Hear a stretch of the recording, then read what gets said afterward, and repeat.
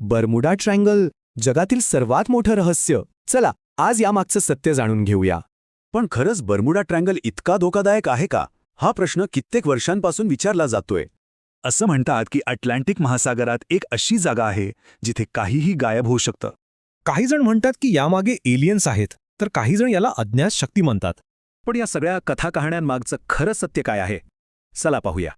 तर हा Bermuda triangle नक्की आहे तरी काय आणि कुठे आहे तो? हे 3 बिंदू आहेत: बर्मुडा, फ्लोरिडा आणि पोर्तो रिको. यांना जोडणारा एक त्रिकोण. या ट्रायंगलचं नाव काही विचित्र आणि मोठ्या घटनांमुळेच इतकं प्रसिद्ध झालं. यापैकी सर्वात प्रसिद्ध आहे 1945 ची फ्लाईट 19 ची घटना. आणि याच एका घटनेमुळे बर्मुडा ट्रायंगलची दंतकथा जगभर पसरली. ठीक आहे, पण या सगळ्यावर विज्ञानाचं काय म्हणणं आहे? वैज्ञानिक म्हणतात की यामागे नैसर्गिक कारणं आहेत, जसं की मोठी वादळं किंवा मानवी चुका.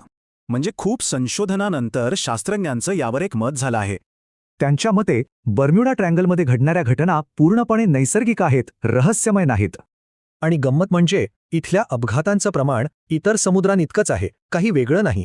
तर बघा, एकीकडे आहेत कथा आणि दुसरीकडे आहे वास्तव. यात जमीन आसमानाचा फरक आहे. याचा अर्थ असा की बर्मुडा ट्रायंगल हे काही वेगळं किंवा विशेष रहस्यमय ठिकाण नाहीये. पण तरीही याच्या कथा आजही लोकांना आकर्षित करतात आणि विचार करायला लावतात. मग प्रश्न हा आहे की जर यात खरंच काही रहस्य नाही, तर मग हे आकर्षण का आहे?